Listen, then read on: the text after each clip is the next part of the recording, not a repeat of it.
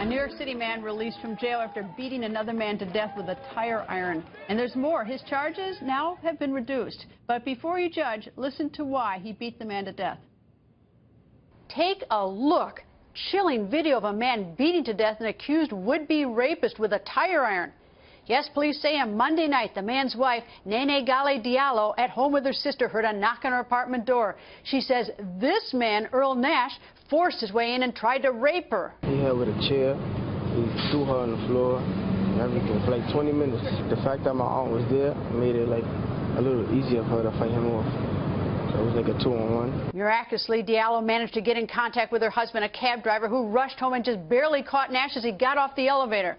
We come to the elevator, then we just see blood all over. The beating so intense, Nash died, and now the husband faced assault and weapons charges.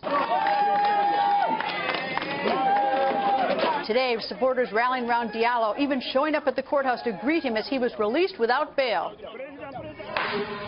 The On the Record legal panel is here. Former homicide detective and criminal defense attorney Ted Williams and former prosecutor Katie Fang. Katie, first to you. Would you have charged this man when he's brought in last night, and what would you have charged him if indeed you would have charged him? Well, he was originally arrested for manslaughter, and I think by all accounts, Diallo was judge, jury, and executioner all on his own. Some might say that he saved New York taxpayers some money. A 19-time career criminal who was attacking, beating, and using a chair. I would not have charged Mr. Diallo. However, you still got to do an investigation. It might be a little bit preliminary to say wholesale you wouldn't have charged him right at this point, but it does sound like defense of others, which is a recognized defense in New York, might apply in this case.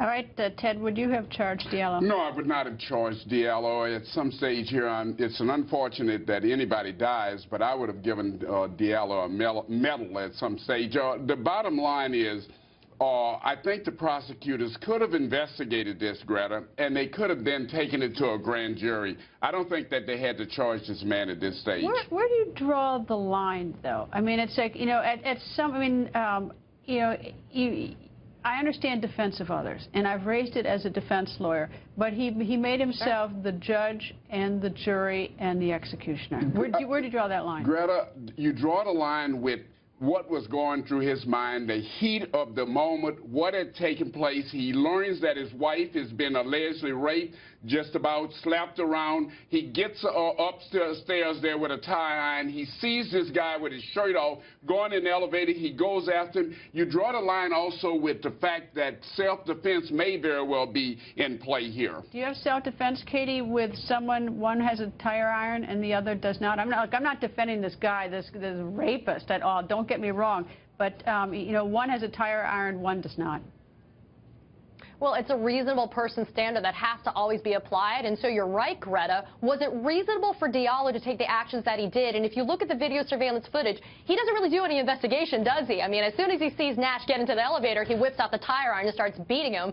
So I'm not quite sure whether defense of others will work. But you know what? Jury nullification will. You get this in front of a jury, you think a jury's going to blame Diallo for what happened? I don't think so.